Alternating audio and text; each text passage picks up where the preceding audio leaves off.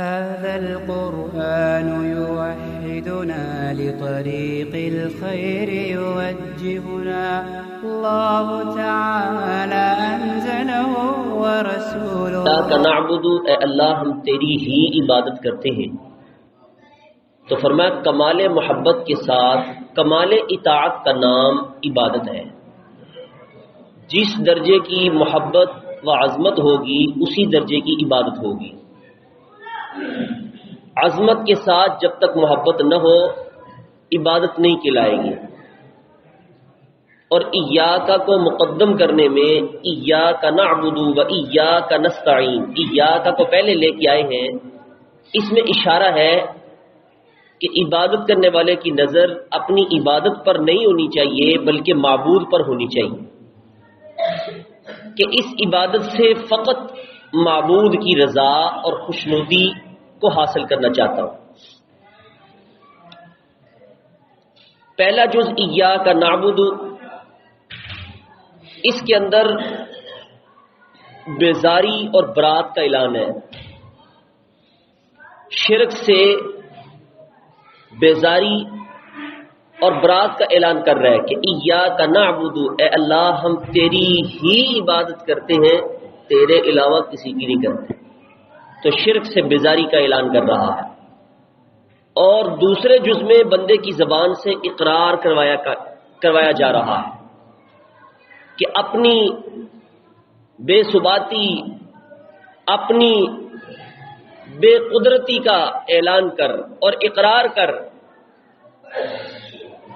اور اپنے آپ کو اللہ کی حفاظت اور نصرت کے لیے ہر طرح اللہ کے ہاتھ میں دے دے کہ وہ ایاک نستعین، اپنی قدرت سے نہیں، اپنی طاقت سے نہیں، اے اللہ ہم تیری نصرت اور مدد سے تیری عبادت کر رہے ہیں. پھر ایاک نعبد، ایاک نعبد و ایاک نستعین، ایاک نعبد. نعبد فرمایا کہ ہم تیری عبادت کرتے ہیں. اعبد نہیں کہا کہ میں تیری عبادت کر رہا ہوں. اعبد کا معنی ہوتا ہے میں عبادت کر رہا ہوں، اور نعبد کا معنی ہم عبادت کر رہے ہیں، جمع کا صیغہ ہے. تو اعبد نہیں کہا، کیوں؟ اس میں شبہ تھا کہ عبادت کرنے والے کو اپنی عبادت پہ کہیں ناز نہ ہو جائے کہ میں ہی عبادت کر رہا ہوں اور کوئی نہیں کر رہا. تو اس وسوسے کو مٹانے کے لیے جمع کا صیغہ لے کے آئے، نعبد کہ ہم عبادت کر رہے ہیں، تاکہ پتہ چل جائے میں اکیلا عبادت کرنے والا نہیں ہوں، بے شمار رب کی عبادت کرنے والے ہیں، ان میں میں بھی ایک ہوں. پھر اس لحاظ سے بھی جمع کا صیغہ لائے، مفرد کا نہیں لائے، کہ ساری ملت اسلامیہ مل کر اجتماعی رنگ میں عبادت کر رہی ہے، اور اجتماعیت اللہ کو بڑی پسند ہے. اس لیے قرآن کریم کی جو دعائیں ہیں ان میں اجتماعی الفاظ ہیں. ربنا آتینا فی الدنیا، یوں نہیں کہا ربی اے میرے رب، ربنا اے ہمارے رب. اجتماعی الفاظ ہیں، اس میں اجتماعی الفاظ. اس لیے یہاں نعبد جمع کا صیغہ لائے کہ ہمارے اندر اجتماعیت پیدا ہو جائے، انفرادیت نہ رہے. دوسری بات یہ ہے کہ یہاں نعبد مضارع کا صیغہ لے کے آئے ہیں، ماضی کا صیغہ نہیں لے کے آئے. عبدنا، ہم نے تیری عبادت کی، یوں نہیں کہہ رہا، بلکہ نعبد ہم تیری عبادت کرتے ہیں اور تیری عبادت کریں گے. مضارع کے اندر دو زمانے پائے جاتے ہیں، ایک جو چل رہا ہے، ایک آنے والا. ماضی کے اندر گزرا ہوا زمانہ پایا جاتا ہے. تو مضارع کا صیغہ بولا تاکہ دونوں زمانے میں اس کو مقام حضوری حاصل ہو جائے کہ اس وقت بھی اے رب ہم تیری، اس وقت بھی عبادت ہم تیری کر رہے ہیں، اور آئندہ کے لیے تجھ سے وعدہ کرتے ہیں کہ ہم تیری ہی عبادت کریں گے، تیرے سوا کسی کی نہیں کریں گے. یہ مضارع کے صیغہ لانے میں یہ فائدہ ہے. پھر فرمایا ایاک نعبد، ہم تیری ہی عبادت کرتے ہیں. اس کے بعد وَإِيَّاكَ نَسْتَعِينُ، اور ہم تجھ ہی سے مدد مانگتے ہیں. اس لیے کہ عبادت اور اطاعت، عبادت اور اس کی اطاعت، عبادت کرنا اس کی اطاعت پر قوت اور قدرت کے بغیر، اس کی مدد کے بغیر، توفیق کے بغیر انسان عبادت نہیں کر سکتا. تو ایاک نعبد کے بعد ایاک نستعین لے کے آئے کہ اے اللہ ہم عبادت میں بھی تجھ سے توفیق مانگتے ہیں. تیری توفیق کے ساتھ ہم عبادت کر سکتے ہیں، ویسے نہیں کر سکتے. تو ساتھ ہی یہ لی کہ ایاک نعبد، اے اللہ ہم تیری عبادت کرتے ہیں، اللہ فوراً لے آئے. وایاک نستعین، یہ بھی کہو کہ عبادت اللہ تیری توفیق کے بغیر نہیں ہو سکتی. ہم تجھ سے توفیق مانگتے ہیں کہ ہمیں اپنی عبادت کرنے کی توفیق عطا فرما دے. توفیق کا طلب کرنا یہی استعانت ہے. نستعین، استعانت بندوں کی زبان سے کہلوا دیا کہ ہم عبادت تک بھی تیری ہی توفیق، تیری ہی مدد، تیری ہی دستگیری کے محتاج ہیں. اس میں بھی اور ایاک کا تکرار ہے، 2 دفعہ لائے ہیں. ایاک نعبد و ایاک نستعین 2 دفعہ لائے ہیں. یہ شرک اور توحید کی اہمیت کو دوبالا کر رہا ہے، واضح کر رہا ہے. توحید کو مضبوط کر رہا ہے، شرک کی جڑوں کو کاٹ رہا ہے. ہم تیری ہی عبادت کرتے ہیں، تجھ ہی سے مدد مانگتے ہیں. تیرے علاوہ کسی کی عبادت ذرے کے برابر بھی نہیں کرتے. تیرے علاوہ ہم کسی سے مدد نہیں مانگتے. اور پھر ایاک نعبد، اس میں فرقہ جبریہ کا رد بھی ہے. ایک گروہ گزرا ہے فرقہ جبریہ، اس کا مسئلہ یہ تھا، وہ یہ کہتے تھے بندہ مجبور محض ہے. بندہ مجبور محض ہے، یہ مجبور ہے، بس اللہ جیسے وہ کھلونا نہیں ہوتا اس کو چابی لگا دو اب نیچے رکھو چلتا رہتا ہے. اب اس کا اپنا اختیار نہیں ہوتا، وہ چابی پہ ہی چل رہا ہے. وہ کہتے ہیں بندہ مجبور محض ہے، اس کو چابی لگی ہوئی ہے، بھائی انہیں چلتے جانا ہے. تو ایاک نعبد کہہ کے ان کا رد کر دیا، کیونکہ عبادت کس کو کہتے ہیں؟ عبادت کہتے ہیں اقصى العبادت اقصى غایت الخضوع والتذلل. عبادت کہتے ہیں اپنے اختیار سے عاجزی اختیار کرنا، انکساری اختیار کرنا. اپنے اختیار سے، بات سمجھ میں آ رہی؟ اپنے اختیار سے یعنی اس میں کسی کچھ قسم کا اختیار پایا جاتا ہے. بندہ اپنی مرضی سے کیوں کہہ لے، اپنے اختیار سے اللہ کے سامنے جھکنا، انکساری اختیار کرنا، اس کا نام عبادت ہے. گویا اس میں تھوڑا سا اختیار اللہ نے دیا اس کو، اضطراری کیفیت نہیں ہے، مجبور نہیں ہے.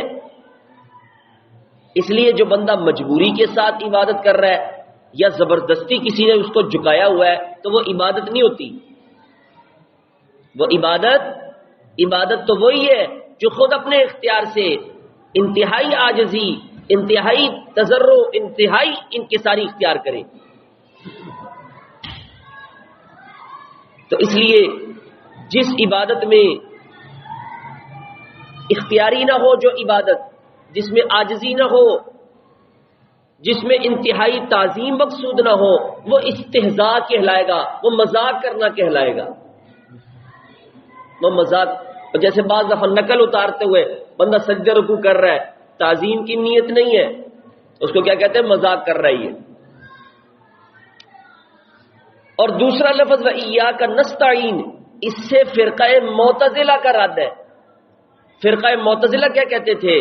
وہ کہتے تھے بندہ اپنے افعال کا خود خالق ہے. بندہ اپنے افعال کا خود خالق اور فاعل ہے، اس میں اللہ کو کوئی اختیار نہیں ہے، بندے کو ہی سارا اختیار ہے. یہ فرقہ معتزلہ ہے.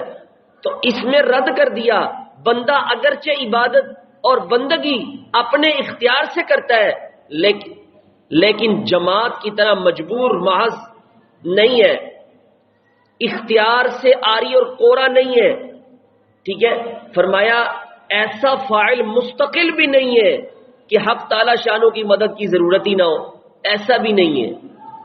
اللہ کی توفیق کے بغیر یہ کچھ بھی نہیں کر سکتا۔ اللہ نے اختیار بھی دیا ہے، لیکن ایسا اختیار نہیں دیتا کہ مختار کلی بن گیا ہے، ایسا اختیار نہیں اللہ نے دیا، اختیار دیا ہے، لیکن وہ بھی اختیار اللہ کی توفیق اور مدد کے ساتھ استعمال ہوگا۔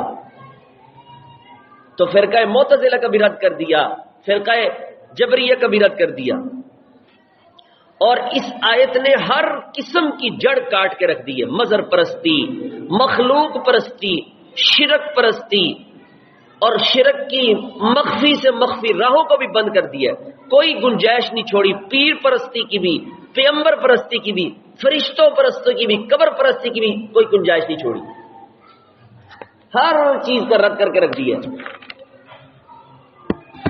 اور پھر اس آیت سے معلوم ہوتا ہے کہ سوائے خدا تعالیٰ کے کسی سے مدد مانگنی جائز نہیں ہے۔ اس آیت سے یہ معلوم ہوتا ہے ایاک نعبد و ایاک نستعین، اے اللہ ہم تجھ ہی سے مدد تیری ہی عبادت کرتے ہیں، تجھ ہی سے مدد مانگتے ہیں۔ استعانت، مدد حاصل کرنا، تو اس آیت سے پتہ چل رہا ہے کہ خدا تعالیٰ کے سوا کسی سے بندہ مدد نہیں مانگ سکتا۔ حالانکہ قرآن و حدیث میں اس کا ذکر ہے کہ ایک دوسرے کی مدد کیا کرو، بیماروں کا علاج کیا کرو، طبیب اور دوا سے بھی مدد حاصل کر لو۔ تو رب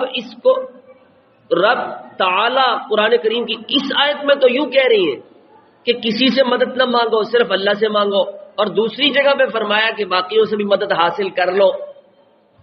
وَتَعَاوَنُوا عَلَى الْبِرِّ وَالتَّقْوَى، نیکی اور تقوی میں دوسرے کی مدد کرو، اللہ خود کہہ رہے ہیں۔ تو یہ کیا ہوا؟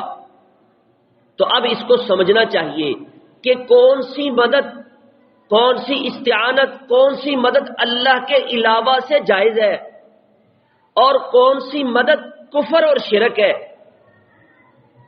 کس سے مدد حاصل کرنا، اللہ کے علاوہ کسی سے مدد حاصل کرنا، کون سی مدد، کون سی استعانت جائز ہے اور کون سی استعانت جائز نہیں ہے، اس کو سمجھنا چاہیے۔ سب سے پہلی بات، ضابطہ اس میں یہ ہے، اگر اللہ کے علاوہ الفاظ پہ غور کریں، اگر اللہ کے علاوہ کسی کو فاعل مستقل اور قادر بذات سمجھ کر، اللہ کے علاوہ کسی کو مستقل فاعل سمجھتا ہے کہ یہی سب کچھ کرنے والا ہے، قادر بذات یعنی اپنے ذاتی طور پر اس کو قدرت حاصل ہے، یہ سمجھ کر اگر مدد مانگتا ہے تو یہ تو سب کے نزدیک شرک ہے، یہ واضح شرک ہے۔ اللہ کے علاوہ کسی نبی کو، کسی ولی کو، کسی پیر کو مستقل فاعل سمجھتا ہے، مستقل قادر بذات سمجھتا ہے کہ یہ اپنی قدرت سے سب کچھ کر رہا ہے، تو یہ واضح شرک ہے۔ دوسری صورت یہ ہے کہ بعطائے الہی، کہ اللہ رب مستقل بذات نہیں ہے، قادر بذات نہیں ہے، لیکن اللہ نے اس کو کچھ اختیارات دے رکھے ہیں، اللہ نے اس کو کچھ چیزیں جو ہے اس کے سپرد کر رکھی ہیں، اللہ نے اس کے سپرد کر رکھی ہیں، تو اس کو قادر جان کر اس سے مدد مانگتا ہے، یہ بھی کفر اور شرک ہے۔ بعطائے الہی کا کیا مطلب ہے کہ خدا تعالی نے اس کے اندر اس کو اپنی قدرت سے اختیارات دے دیے کہ جو کام انسانی طاقت سے باہر ہے ان میں یہ جس طرح چاہے تصرف کر سکتا ہے اور جس کو چاہے دے سکتا ہے، جس سے چاہے روک سکتا ہے۔ جیسے بادشاہ اپنے حکام کو، اپنے وزراء کو کچھ اختیارات دے دیتا ہے، اب وہ بادشاہ کے علم میں لائے، بادشاہ کے ارادے کے بغیر اپنی مرضی سے اپنے اختیارات استعمال کرتے ہیں، تو یہ سمجھتا ہے کہ اللہ نے بھی اپنے کچھ اختیارات، اپنی کچھ قدرت کے تصرفات اپنے بندے کے حوالے کر دیے. اب وہ اللہ نہ بھی چاہے تو یہ کر دیں گے، اللہ نہ بھی چاہے تو یہ اپنی قدرت اور اختیار کو استعمال کریں گے. اس طرح معاذ اللہ خدا تعالی نے کچھ اختیارات انبیاء اور اولیاء کو عطا کیے، وہ دینے کے بعد وہ مستقل ہو گئے ہیں اور ان کو مختار اللہ نے دے دیا ہے. تو مشرکین عرب وہ بھی فرشتوں کو اور وہ بھی بتوں کے متعلق یہی عقیدہ رکھتے تھے. وہ کہتے تھے ما نعبدہم الا لیقربونا الی اللہ زلفا، ہم ان کی عبادت اس لیے نہیں کرتے کہ یہ خالق و مالک ہے، ہم ان کی عبادت اس لیے کرتے ہیں کہ خدا تعالیٰ نے ان کو اختیارات دے دیے. تو اللہ نے اس کا رد کیا. وہ ان کو مستقل بذات نہیں سمجھتے تھے. وہ کہتے تھے جب سوال کرو وَلَئِن سَأَلْتَهُمْ مَنْ خَلَقَ السَّمَاوَاتِ وَالْأَرْضِ لَيَقُولُنَّ اللَّهُ، 21واں پارہ دوسرا صفحہ. وہ یہ کہتے تھے کہ پیدا کرنے والا تو اللہ ہی ہے، مالک تو اللہ ہی ہے، لیکن اللہ نے ان کو کچھ اختیارات عطا کر دیے. ان کے پاس خدا تعالیٰ کے کچھ اختیارات ہیں، یہ چاہیں تو اپنے اختیارات کو استعمال کر سکتے ہیں. اللہ نہ بھی چاہے تو کوئی بات نہیں، اللہ نے اختیار تو ان کو دے دیا ہے، تو یہ اپنے اختیارات کو استعمال کر سکتے ہیں. تو قرآن کریم نے اس چیز کا رد کیا، اس چیز کو کئی جگہ پہ اس عقیدے کا رد کیا. قرآن نے کہا وَيَعْبُدُونَ مِن دُونِ اللَّهِ مَا لَا يَضُرُّهُمْ وَلَا يَنفَعُهُمْ، یہ ان کی عبادت کرتے ہیں کہ جو ان کو نفع نہیں پہنچا سکتے، جو ان کو نقصان سے دور نہیں کر سکتے. یہ نادان یہ نہ سمجھے کہ خدائی اور خدائی اختیارات کسی کی طرف منتقل نہیں ہوتے. خدائی یا خدائی اختیارات کسی کی طرف منتقل نہیں ہوتے. ہاں یہ نہ اختیاراً ممکن ہے نہ استراراً ممکن ہے. تو مشرکین قائل تھے کہ خالق اور مالک تو اللہ ہے، لیکن اللہ نے ان کو اختیارات دے دیے. تو اللہ رب العزت نے رسول پاک صلی اللہ علیہ وسلم کی زبان مبارک سے یہ بات کہلوائی. فرمایا اے پیغمبر آپ کہیے قل لا املک لنفسی نفعا ولا ضرا، اے لوگوں میں تو اپنی جان کے نفع نقصان کا بھی مالک نہیں ہوں. ایسا رد کروایا. فرمایا آپ ان سے کہہ دیجئے قل انی لا املک لکم ضرا ولا رشدا، میں تو اپنے لیے نفع اور نقصان کا مالک نہیں ہوں. تمہارے لیے کیسے ہوں گا؟ نفع اور نقصان کا مالک اللہ ہے. تو یہ دونوں قسم کی استعانت، یہ دونوں قسم کی مدد مانگنا یہ کفر اور شرک ہے. تیسری صورت یہ ہے کہ معاملہ اس کے ساتھ مستقل بذات والا کرتا ہے لیکن اس کو مستقل بذات نہیں سمجھتا. یہ کہتا ہے کہ یہ مستقل کچھ نہیں کر سکتا، لیکن معاملہ اس کے ساتھ مستقل بذات والا کرتا ہے. کیا مطلب؟ کہ جو اللہ کے ساتھ طریقہ اختیار کرنا چاہیے عبادت کا، وہی طریقہ اس کے ساتھ بھی اختیار کرتا ہے. اس کو مستقل نہیں سمجھ رہا. نہ عقیدت، مطلب عقیدہ اس کا یہی ہے کہ یہ کچھ نہیں ہے، یہ کچھ نہیں کر سکتا، لیکن معاملہ اس کے ساتھ، طریقہ اس کے ساتھ وہی کر رہا ہے کہ جو اللہ کے ساتھ کرنا چاہیے. تو یہ بھی حرام ہے. مثال کے طور پر وہ اس کی قبر پہ سجدہ کر رہا ہے یا اس کو سجدہ کر رہا ہے یا اس کے نام کی نظر و نیاز دے رہا ہے، تو یہ بھی حرام ہے اور شرک کے ارتکاب ہے. لیکن یہ شرک، یہ مشرک اعتقادی نہیں ہے بلکہ عملی مشرک ہے کہ عمل جو ہے وہ مشرکوں والے کر رہا ہے. اس کا ارتکاب کرنے والا حرام کا ارتکاب کر رہا ہے. ایسا شخص دائرہ اسلام سے تو خارج نہیں ہوتا، لیکن مشرکوں کے فعل کا ارتکاب کر کے اس نے بہت بڑے گناہ کا کام کیا ہے. چوتھی صورت مدد مانگنے کی کہ غیر کے استقلال کا وہم ہوتا ہے. جیسے روحانیات سے مدد مانگی جاتی ہے، اگرچہ مستقل ان کو نہیں سمجھتا۔ مشرکین روحوں کو فاعل مستقل سمجھ کے مدد مانگتے تھے، اس لیے ارواح سے مدد مانگنا قطعاً حرام ہوگا، اور روحوں سے مدد مانگتے تھے۔ اور آپ نے سن رکھا ہے کہ جمعراتوں کو کہتے ہیں یہ روحیں گھر میں آ جاتی ہیں، اور فلاں پیر اور ولی کی قبر پہ جاتے ہیں، ان کی روحیں ہمارا مدد کر، وہ آ جائیں گی، وہ مدد کرتی ہیں۔ ہندوؤں میں بھی یہی عقیدہ ہے کہ یہ جو بت بنا کے رکھے ہوئے نا، یہ کچھ نہیں ہے، یہ ہمارے بزرگوں اور ولیوں فلاں فلاں ان کی روحیں، اللہ اس میں آ جاتا ہے، نعوذ باللہ من ذالک۔ تو یہ کہتے ہیں کہ روحیں ان کی، ہمارے بزرگوں کی، ان کی روحیں یہاں آ جاتی ہیں، ہم ان سے مدد مانگتے ہیں، وہ کچھ نہیں کر سکتے ہیں لیکن وہ ہماری مدد کر سکتے ہیں۔ تو یہ عقیدہ بھی شرک پر مبنی ہے، قطعی حرام ہے۔ اس کو یوں بھی سمجھیں، ما فوق الاسباب جو مدد ہوتی ہے، یعنی اسباب سے ہٹ کر جو مدد ہوتی ہے وہ صرف اللہ کی ذات کر سکتی ہے، اور جو ما تحت الاسباب ہے، یعنی اسباب کے تحت مدد ہے، وہ جائز ہے۔ اسباب کے تحت بھوک لگی ہے تو بھوک جو ہے وہ کھانا کھائیں گے ختم ہوگی، یہ اللہ نے ضابطہ بنا دیا ہے، لیکن کھانا مستقل نہیں ہے، یہ اللہ ہی بھوک ختم کریں گے۔ پیاس لگی ہے، پانی پیتا ہے، پیاس ختم ہو جاتی ہے، اب مدد تو حاصل کی ہے لیکن اس کو مستقل نہیں سمجھتا کہ اب بھوک پیاس تو اللہ ہی ختم کر رہے ہیں۔ یہ کہتے ہیں ما تحت الاسباب، یعنی اسباب کے تحت مدد حاصل کرنا۔ بیمار ہو گیا، ڈاکٹر کے پاس جا رہا ہے، ڈاکٹر سے علاج کروا رہا ہے، ڈاکٹر کو خدا نہیں سمجھتا، وہ ہے نا ایسے، تو یہ ما تحت الاسباب مدد ہے، ما فوق الاسباب مدد نہیں ہے یہ۔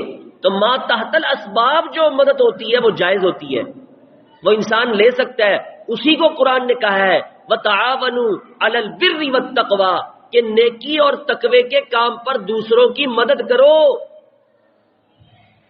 یہی کہا قرآن کریم کی سورۃ تحریم میں مولاہ وصالح المؤمنین، فرمایا نبی آپ کے مددگار وہ نیک لوگ اور ایمان والے اور فرشتے آپ کے مددگار ہیں، یعنی ما تحت الاسباب، اسباب کے تحت آپ کی مدد، آپ کے صحابہ آپ کے ساتھ تعاون کر رہی ہیں، فرشتے بھی کئی جگہوں پہ آپ کے ساتھ تعاون کر رہے ہیں، یہ ما تحت الاسباب مدد ہے۔ حضور پاک صلی اللہ علیہ وسلم نے ارشاد بھی فرمایا بیمار ہو تو اپنا علاج کرو، کیونکہ جس رب نے بیماری پیدا کی ہے اس نے شفا بھی پیدا کی ہے، اس نے شفا کو بھی اپنے ہاتھ میں رکھا ہے۔ اور حضور پاک صلی اللہ علیہ وسلم نے یہ بات بھی سکھا دی اپنی دعاؤں میں، آپ فرمایا کرتے تھے لا شفاء الا شفاؤ کا، مولا دوائی تو میں لے رہا ہوں لیکن یہ مستقل بذات نہیں ہے، بلکہ شفا تو دے رہا ہے، شفا اللہ کے ہاتھ میں ہے، لا شافی الا انت، شفا تیرے علاوہ کوئی نہیں دے سکتا۔ اس لیے پہلے ڈاکٹر نسخہ لکھتے تھے نا تو اوپر لکھا ہوتا تھا ہوا شافی، کہ شفا دینے والا وہ ہے، ڈاکٹر کچھ نہیں ہے۔ اب ڈاکٹروں نے وہ بھی جملہ ختم کرنا شروع کر دیا، کہتے شرطیہ علاج کر رہو، یہ سب جھوٹ ہے، شرطیہ علاج کچھ نہیں ہے، وہ تو صرف نسخہ ہی لکھ کے دے سکتا ہے، باقی کرنے والا کون ہے؟ اللہ ہے۔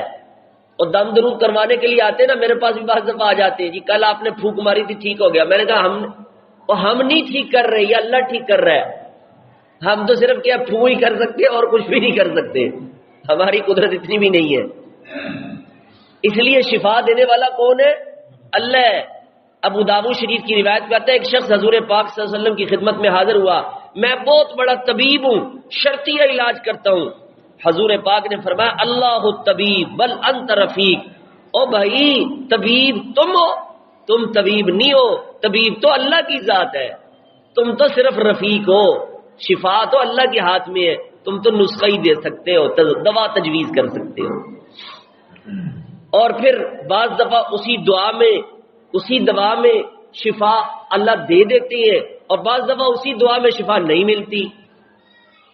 تو یہ ہر چیز میں تاثیر اللہ نے پیدا کی ہے، تاثیر کو اللہ چاہے تو روک دے، کوئی چیز خود بخود مستقل بذات نہیں ہے، اور اگر کوئی مستقل بذات کسی چیز کو سمجھتا ہے تو یہی تو شرک ہے۔ اسی کا تو رد اس آیت میں بھی کیا ہے۔ آگ میں جلانے کی تاثیر ہے لیکن یہ مستقل اس کی تاثیر نہیں ہے۔ ابراہیم علیہ السلام کو نہیں جلا سکی، کیا وجہ تھی؟ کہ اللہ نے اس کی وہ تاثیر کھینچ لی کہ اس کی اپنی ذاتی تاثیر نہیں ہے۔ اللہ کہتے ہیں میں نے اس کو یہ تاثیر دے رکھی ہے، میں نے اس کو یہ تاثیر دے رکھی ہے۔ اسی طرح دیگر انبیاء علیہ السلام کے واقعات سے بھی پتہ چلتا ہے۔ موسیٰ علیہ السلام پانی کے اوپر چل رہے ہیں، اب پانی کسی کو اپنے اوپر نہیں چلنے دیتا، اپنے اندر لے لیتا ہے،